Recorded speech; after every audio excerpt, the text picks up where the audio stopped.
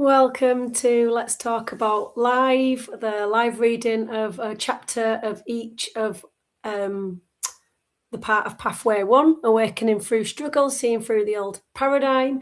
This week I'll be reading the chapter Dismissed, When Pain Speaks and Nobody Listens. This is a re-recording of the original live event that I did because of connection issues that have happened in subsequent weeks. So this was a recording, a live recording from a few weeks ago that I'm having to re-record now. So welcome if you're tuning into what effectively would be the replay and you didn't make it live. It's great to have you here, and welcome back again if you did make it live and you're wanting to revisit this for any reason. We'll start by opening the space. This is a circle style format, and I like to start or open the circle, the space, by lighting 3 candles. I like working with 3 candles, and I always tune into the energy before a meeting of this nature. And when I did that for this particular chapter, the energetic intentions came through as peace, love, and understanding. Peace, love, and understanding. I think that was the same for the week before's chapter. Do you know, I can't even remember off the top of my head which chapter that was. We did start a couple of weeks ago with a beginning I didn't expect. And it really was a beginning I didn't expect, because I share with you in the first chapter of the book, Migraine, Root, Reclaim, Rise, the season of my life that I'm in now and what my life looks like today. So that is very much why it was a beginning I didn't expect. I'm just looking here to see. Oh, here we go. Yeah, so the first chapter, The Morning My Soul Spoke Louder Than My Fear, a beginning I didn't expect. The one before this, today we're sitting with Dismissed, When Pain Speaks and Nobody Listens. The one before this was the beginning of the end. So how kind of chronic, well, the whole book is about how chronic migraine changed my life, and moving on to what I did to reclaim it. So yeah, like I say, it's great to have you here. I'm not feeling particularly great today. You can probably hear it in my throat. Been a bit throaty all day. My head's okay, but it's not, it's not so great. So I've just been taking it steady today, but I did want to re-record at least one of these chapters to share with you, and with a reminder that even though I necessarily didn't feel like showing up on screen, that when I'm just at this level where there's nothing severe going on, there's nothing particularly debilitating, I just don't feel that great, I can often sit in a space or a circle like this and come away feeling a little bit more refreshed and a little bit more renewed. Perhaps you might experience a shift as subtle as it is of your own. If in those days, those weeks, those months, possibly even those years, as is the case for many of us, it might not be a case of leaving a space like this and feeling refreshed and renewed and high vibing and all that, but it could be that you might leave feeling a little bit more hopeful, a little bit more seen, a little bit more understanding of yourself. Perhaps the shift, as subtle as it might be, is different in nature for you today, or for each time you tune into one of these live chapter readings, of which we'll have an honest conversation around and some gentle reflections. So we've lit the candles and opened the space. I've talked a little bit there. I'm just doing these kind of organically and in tune and flow. So a little bit of a share there. And let's do what I call an arrival meditation or a settling in meditation if you'd like to join me, if you are in a space where you can do so and it feels accessible to you and supportive to you in this moment. Obviously, if we're moving around in the hustle and bustle and driving and things, perhaps not so much. But if you're in a space where you can either close your eyes, which is you're very welcome to do, that's the invitation. But if you prefer not to close your eyes, you can, of course, take a gentle gaze to a space in front of you, whether that's somewhere on the floor or another wall or the ceiling if you're lying down. So let's do that and start by connecting with our breath. You might want to do that gently. Don't necessarily have to be taking any kind of big, long, slow, deep inhale or anything like that. It could just be a small, subtle, gentle one. You might bring in an audible exhale like I just did, but again, this is all invitation only kind of stuff. No prescription here, no here's the right way to do it or anything like that. We're using this space, this opportunity, this time, this moment together to simply meet ourselves where we are in this moment. So we might feel rushed, pushed. Things might feel loud outside, in the world, in our minds, in our bodies. So we're not looking to act a certain way or be a certain way or do a certain thing. It's more about, like I say, meeting ourselves where we are in this moment. And coming to our breath as it is. And perhaps that is with a very gentle breathing in and a very gentle breathing out. Observing without judgment if we can. It's very much a practice if you ask me, but observing where our breath is in this moment. Are we breathing in through our nose or our mouth? And are we exhaling, breathing out through our nose or our mouth, just gently observing, noticing, witnessing, not looking to change anything or fix anything or label anything as right or as wrong. Simply meeting ourselves where we are.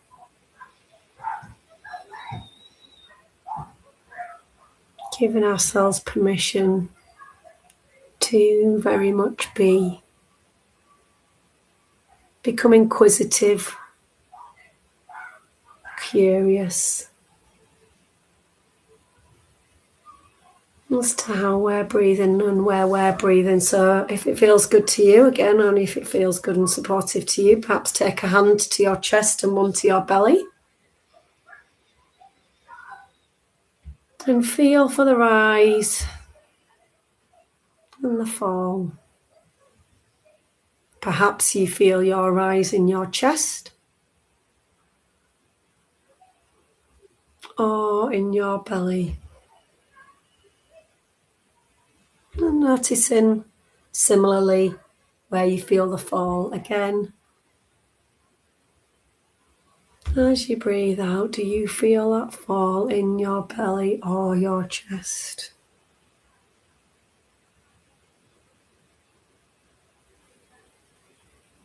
It's only because I've come to connect with my breath that I am feeling that rise and that fall in both my belly and my chest.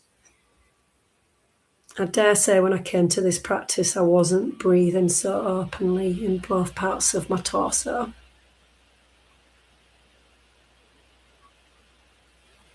And that what I'm experiencing is more of a natural, gentle shift as I've become more aware.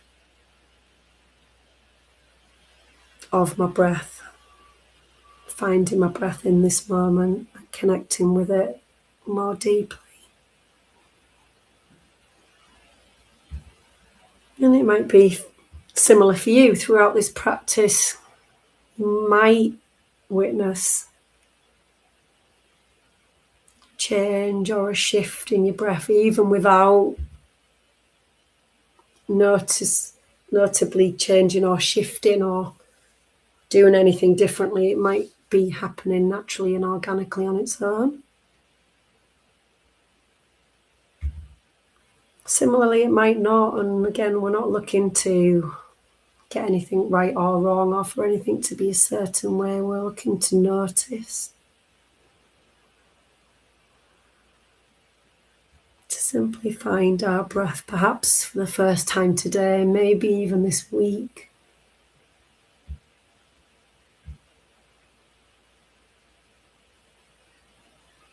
This practice might be one that is familiar to you, it might be completely unfamiliar.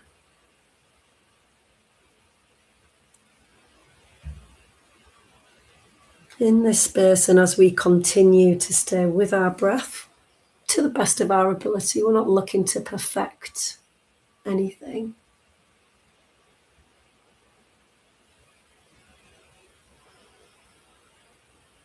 We're not looking to manage or control anything here. Not for these moments in any case.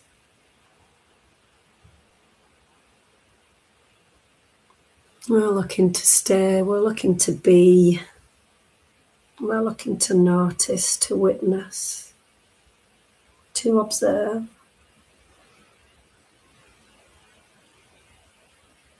And as we continue to stay with our breath, if that feels nourishing to you, let's connect to the seat beneath us, the support that's holding us, whether we're lying or we're seated.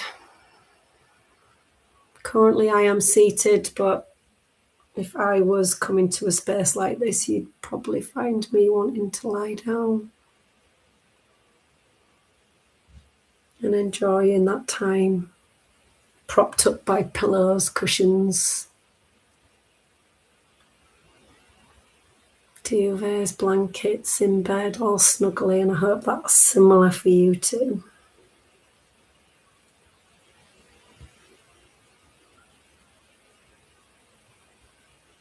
So feeling that seat beneath us, that support holding us, rising up to meet us, whether that's underneath our sit bones or supporting us all the way along our back as well.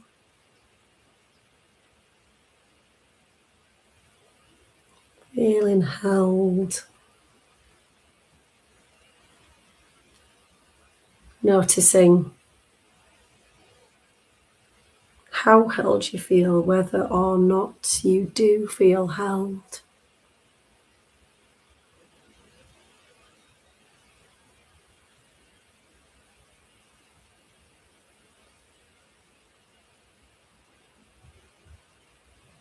Knowing that this is a space for it to be held, to be seen, to be heard, to be witnessed. That doesn't always feel comfortable. It doesn't necessarily always feel safe.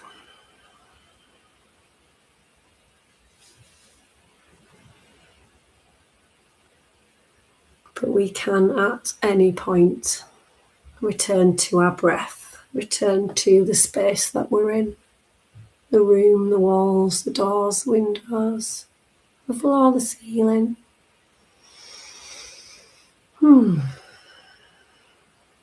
Maybe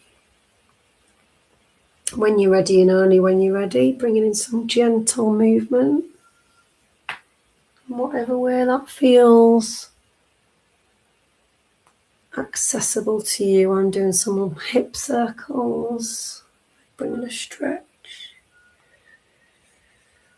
Could be some gentle massage of the body.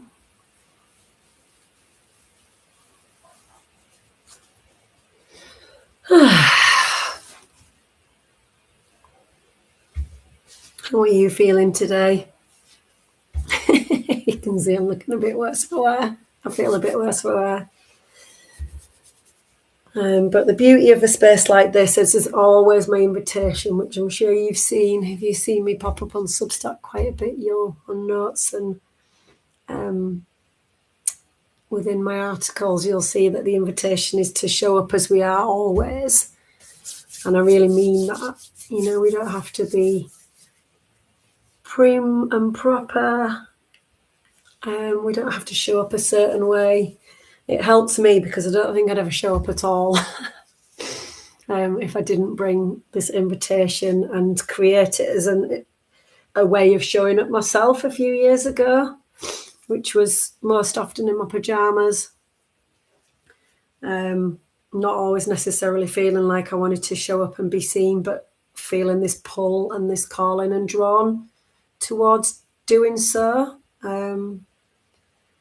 Needing that connection, really, I guess, and to find ways to stay sane in an insane world, and be around people who immediately got it, where I didn't have to explain myself or perform. Anyway, I'm talking a lot, especially considering for the recording of this, I'm here on my own. I mean, it's been wonderful doing this live on a Tuesday. I'm going to continue doing so for the next couple of months. I've really enjoyed doing it a lot. And it's been great to have you engage in the comments. And obviously, because I'm re-recording this, because of the connection issues that we've experienced in recent weeks, I'm here recording this on my own, but not feeling on my own, not feeling alone. You're here, you know, knowing that you're here with me, for those of you listening to the replay, and we're in this together. So I'm going to start today's chapter reading, Dismissed, When Pain Speaks and Nobody Listens, by reading the poem, a poem that I wrote. It does feature earlier on in the book than this third chapter. And it's called I See You. So I share this poem just after the dedication. This book is dedicated to all parts of ourselves that most need it, and it is accompanied by this poem. I see you. I see you in all your humanness. I see you in all your wholeness.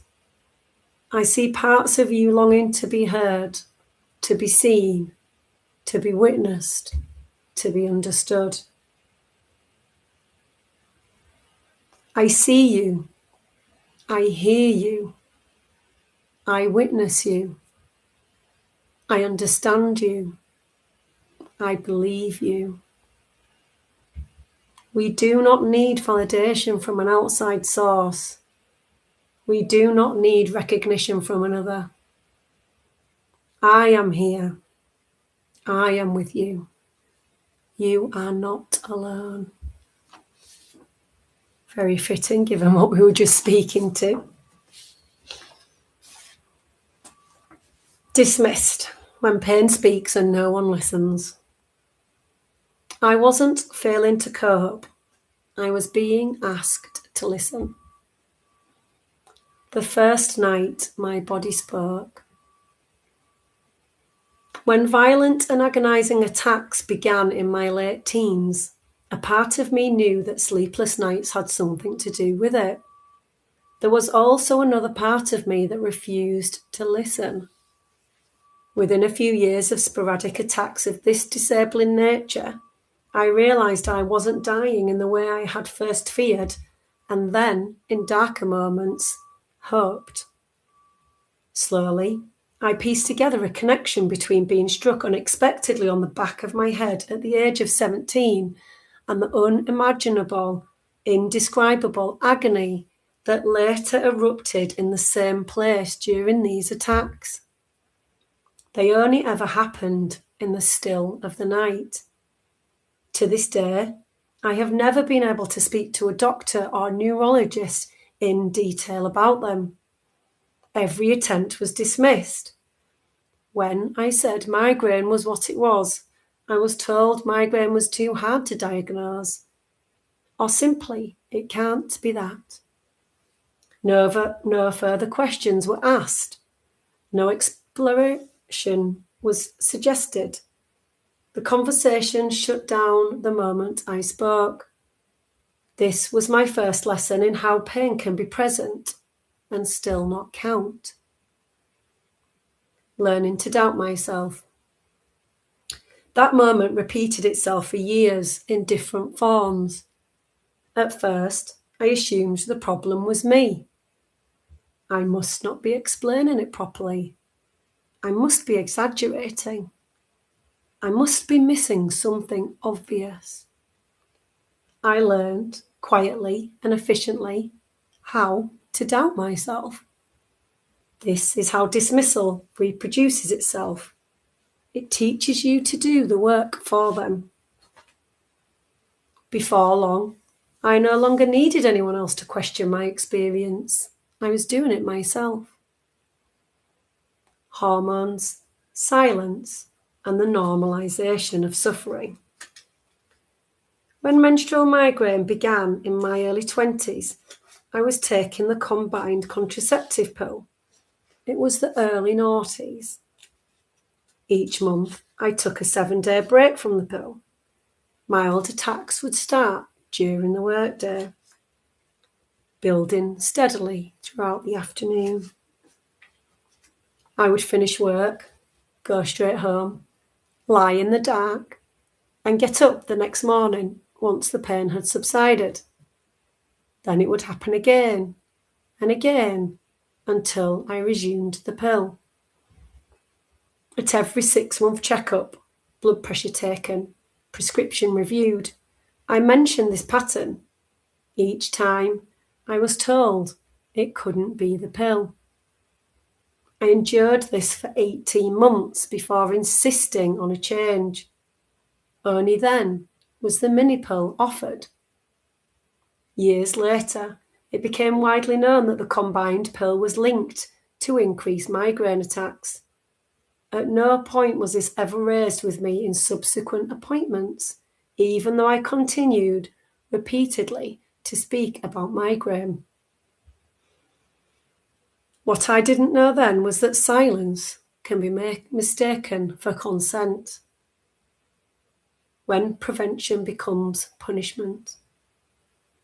A few years into taking the mini pill, I learned about the contraceptive implant, a small, flexible rod inserted under the skin of the upper arm. Long-lasting and highly reliable, it felt like a safer option than a pill with a narrow margin for error. Aside from irregular bleeding, I loved the implant. I loved the certainty of pregnancy prevention more than I noticed the gradual changes in my mental and emotional state. That changed when the first implant was removed and a second was inserted. Alongside irregular bleeding, migraine attacks increased. Once again, I raised concerns at each visit. Once again, I was told it couldn't possibly be the implant. By this point, I had lived with debilitating attacks for over 15 years. Being struck down was familiar. What was new was the growing awareness that my quality of life was shrinking. Another 18 months passed and I insisted on removal. This time, I chose the copper coil, a non-hormonal intrauterine device. I didn't realise its effectiveness relied on copper being toxic to sperm. I didn't consider what that toxicity might mean for me. I was warned to expect periods that were heavier, longer, and up to 30% more painful. Instead, I was doubled over each month. I pushed through work days and went straight to bed afterward, unable to participate in evening life. My first request for removal was denied. The second time, I insisted it be removed there and then. Something in me had reached its limit. carrying it alone. Until that point, it had never occurred to me how firmly responsibility for contraception rests with women. I spoke very little about migraine beyond naming it. I spoke even less about contraception beyond stating what I used. There were no shared discussions, no weighing of risks, consequences, or alternatives. No acknowledgement of what I was carrying, physically, emotionally, hormonally, in order to prevent pregnancy. I didn't know there were only certain days each month when conception could occur. I didn't know there were natural alternatives. I didn't know there were ways to understand and work with the menstrual cycle that could bring balance rather than disruption. I had been taught compliance, not literacy. The things I knew and ignored. It took many years to notice a link between my menstrual cycles and more severe hangovers. I saw my period only as an inconvenience, something to tolerate or override. I never tracked my cycle. It was never the 28-day rhythm I had been taught was normal. On nights out drinking, when my period arrived unexpectedly, I would intuitively know the next day's hangover would be worse. That knowing never stopped me drinking. I made no changes. For nearly 20 years, I lived in denial that each hangover was, in fact, a migraine attack. By the time I reluctantly acknowledged the link between alcohol and migraine, attacks were increasing regardless of whether I drank or not.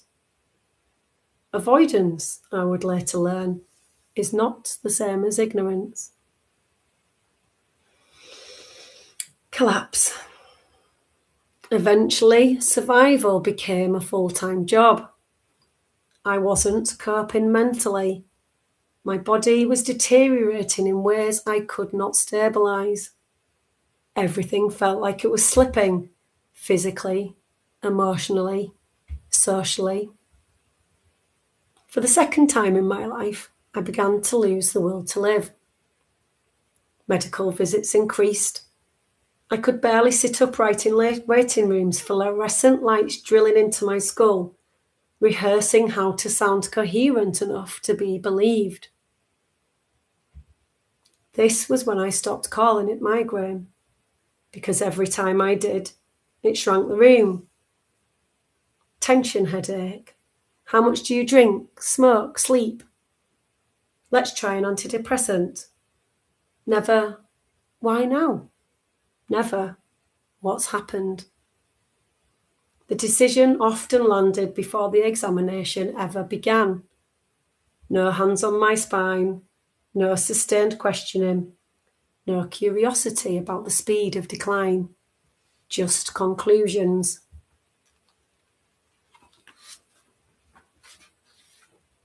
I wasn't making it up.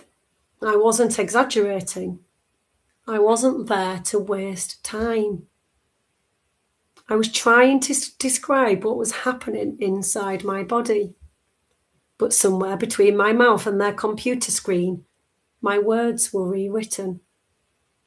I was becoming a mood disorder, a stress response, a coping issue.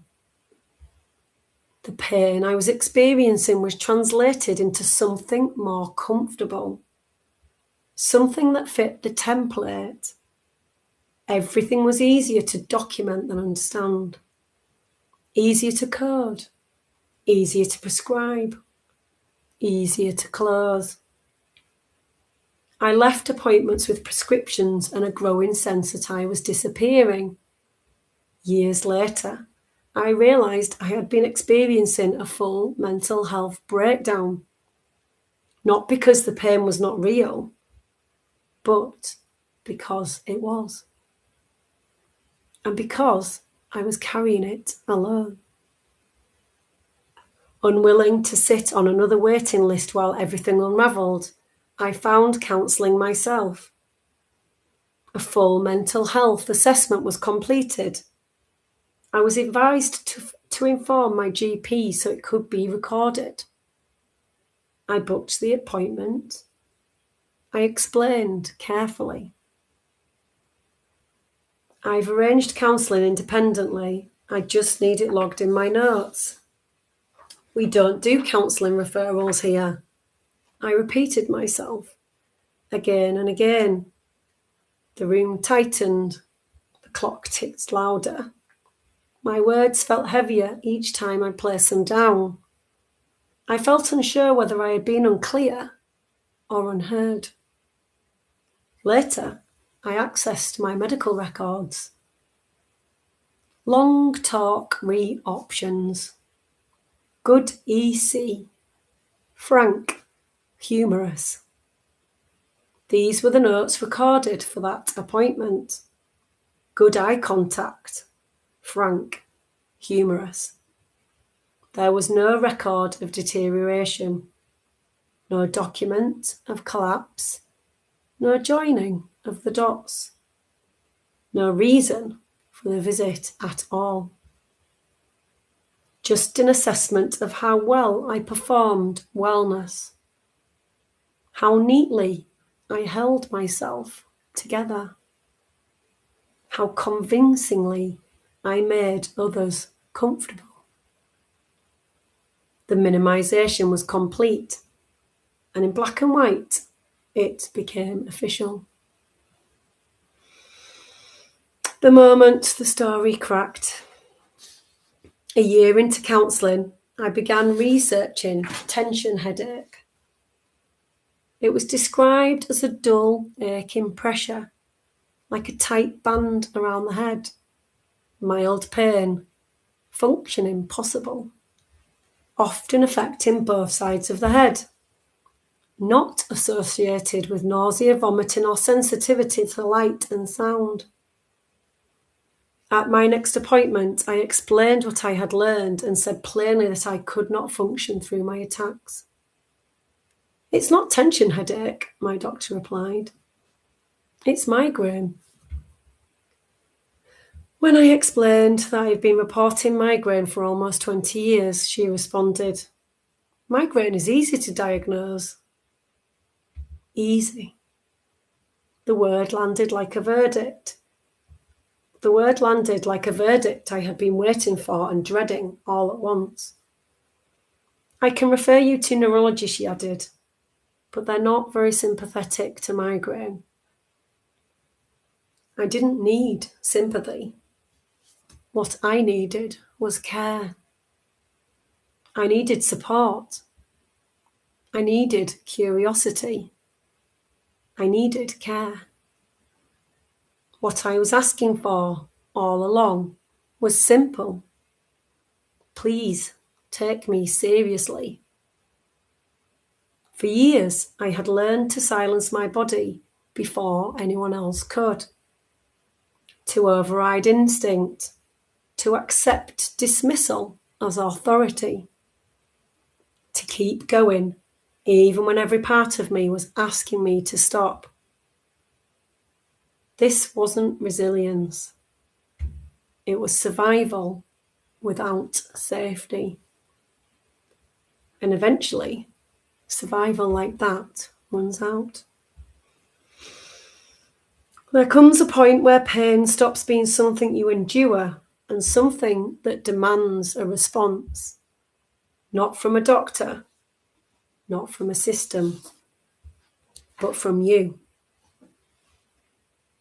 That moment doesn't arrive with clarity or confidence. It arrives with exhaustion, with grief, with the unbearable knowing that you cannot continue as you are. And yet, beneath it all, something else begins to stir. A quiet knowing, a flicker of choice, a question you can no longer ignore. Listening, I would come to learn, is not passive. It is the first act of courage. And now, After all that silence and dismissal, there comes a pause. Let's breathe together.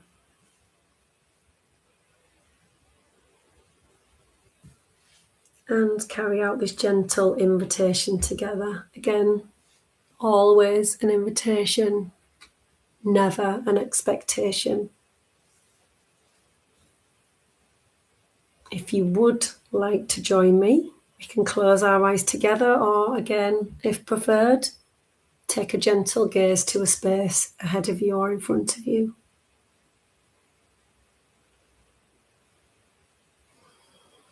Staying with our breath ever so gently. Once more, feeling that seat or that support beneath us, holding us, rising up to meet us. Knowing that it is there. Let's ask ourselves a question. And if you want to do this in meditation with me, of course, you're very welcome. If you prefer to write this down and journal on the question,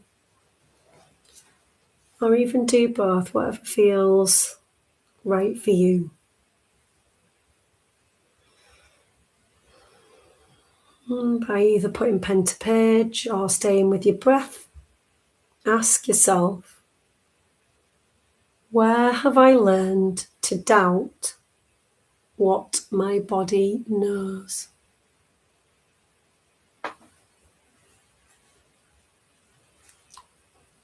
Where have I learned to doubt what my body knows?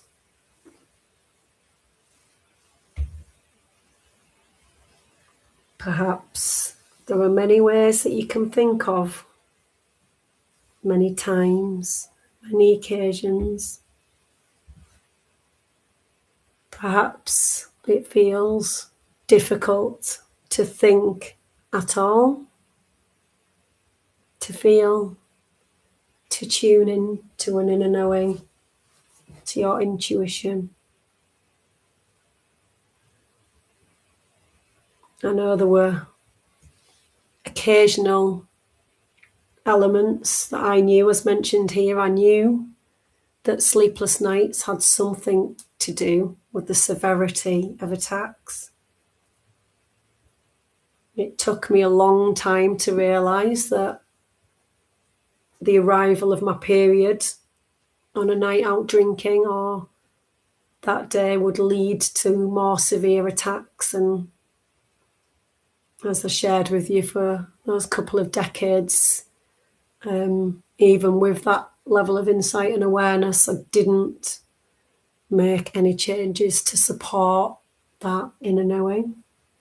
And we're not necessarily looking to have all the answers here and everything figured out and all the changes lined up, but what we are looking to do is just gently explore where we have learned to doubt what our body knows. And the next part of this gentle invitation is to ask another question, a second question. Breathing into that. Staying with your breath as you ask or journal. Your question, what have I accepted as normal that never felt quite right? What have I accepted as normal that never felt quite right?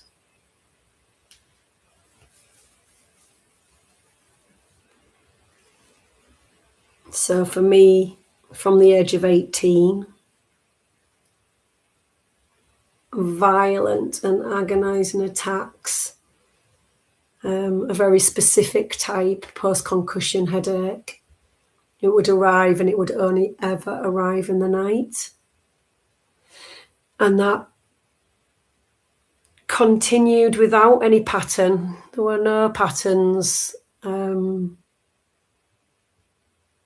Apart from the fact that they would only ever arrive overnight, but they did continue for 2.5 decades at that level of agony and severity, they were quite sporadic in nature. So although there was the pattern that they only have arrived in the night, there was no other pattern accompanying them in respect of, relation to my menstrual cycle or weather or season or some of the other things that we might come to associate the eruption of attacks, or if it's not migraine specifically that you're living with, kind of flare up and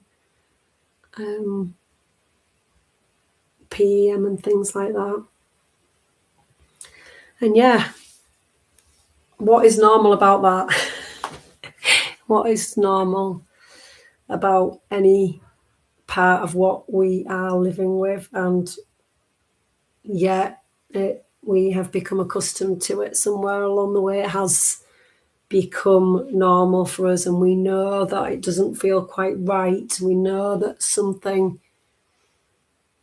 is out of balance, is out of whack, is whether consciously or unconsciously, is trying to communicate something to us. There are little insights that we're aware of, but we might continue to override them. We might dismiss them. We might try and voice them, and we might not be able to find anyone to hear us, whether in the medical field and profession or, another person in our lives, a loved one, a family member, a friend. So what have you accepted as normal but never felt quite right? And let this be a reminder that listening is not rebellion. It is remembrance. It is a way for us to connect with what is already there. It is a way for us to remember what's true for us. Might not be necessarily true for someone else. Doesn't have to be true for someone else. But it is a remembering of what is true for us. And to continue with a third question, if you'd like to stay with this again in gentle reflection, in meditation with your eyes closed, or by writing this question down and doing a little bit of journaling, whether you're doing that with us now or another time. Sometimes a question might feel quite big and I don't necessarily want to stay with it in that moment, but it's one I want to come back to later when I feel ready, I guess, or when I've got more space and more time. So when you ask yourself the question, what does my body already know that I have been taught to question? What does my body already know that I have been taught to question? So when violent and agonising attacks of the nature of the ones that only happened ever in the middle of the night, when the realisation hit me that I wasn't in fact dying in the way that I first thought must be an absolute certainty, and that could only then move on to a space where I hoped and wished that was what was happening. I think by this time it was a few years in, the earlier years, my maybe 21, early 20s, I then kind of put two and two together and realised that this blow to the back of the head at the age of 17 was very much at the root of that harrowing and indescribable and unimaginable level of pain and suffering. And I couldn't even get anywhere in any kind of conversation with a medical professional, whether that was a doctor, a nurse, a neurologist, a specialist. We couldn't even advance the conversation or the exploration to have a conversation around any of that. So then that left me, quietly kind of questioning myself, dismissing my own experience, minimising it. I must have been exaggerating. maybe it wasn't as bad as what I thought it was in the middle of the night, because in those days, the next day I would wake up eventually, you know, I'd eventually fall asleep. They only ever came in the middle of the night. I'd eventually fall asleep. And then when I did wake up, it was like nothing had ever happened. So it almost felt silly to tell somebody that that's how bad it was, when the next day it was like nothing had ever happened. Unfortunately, a couple of decades in, that wasn't the case. There was no next day waking up like nothing had happened. I'm sure you can relate. I'm sure you have your own experiences where you're really hearing this and feeling this yourself. So yeah, thank you for being here with me. Thank you for being here at all. You make a difference by being here. And sometimes it doesn't always feel like that, does it? So I think that's an important reminder for ourselves. We are worthy of being here. We do deserve freedom, a life to feel how we feel, to make space for all of it, to be seen, to be heard, to be witnessed. I'll breathe into that. Join me in doing so if you'd like.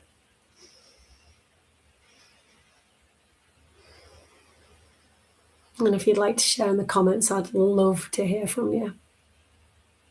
Anything you'd like to share about any insights or reflections or experiences that came through for you, both in that practice and throughout that chapter. Similarly, if you've got any questions, I'd love to hear them. I always answer to every comment. I always reply.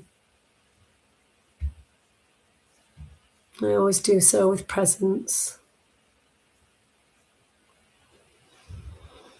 And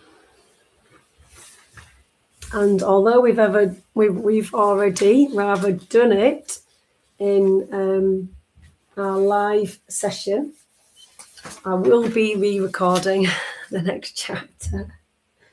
So we've covered dismissed when pain speaks and nobody listens. The next one will be choose your path. Let's talk about choosing your path.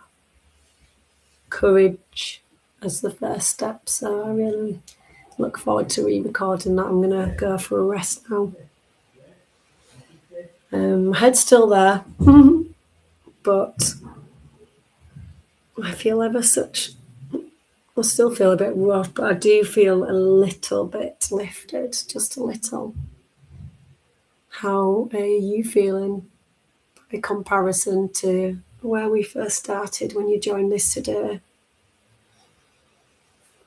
Like I say, perhaps there's not been a shift physically, perhaps it's emotionally, perhaps it's a takeaway, something that you're taking away from this, perhaps it's something that spoke deeply to you. Perhaps it's an insight that's come through or feeling seen and understood in a way that you may not have for a while. Perhaps it's simply knowing that you're not alone. Could be one thing, could be any range of things. So to close this space, we will blow out the candles for the energetic intentions that we open this space with. So if you recall, there were peace, love, the brightest flame, and understanding. Peace, love, and understanding. And perhaps one of those spoke to you more than the others. I'll leave you to take that away with you. See you in the next one.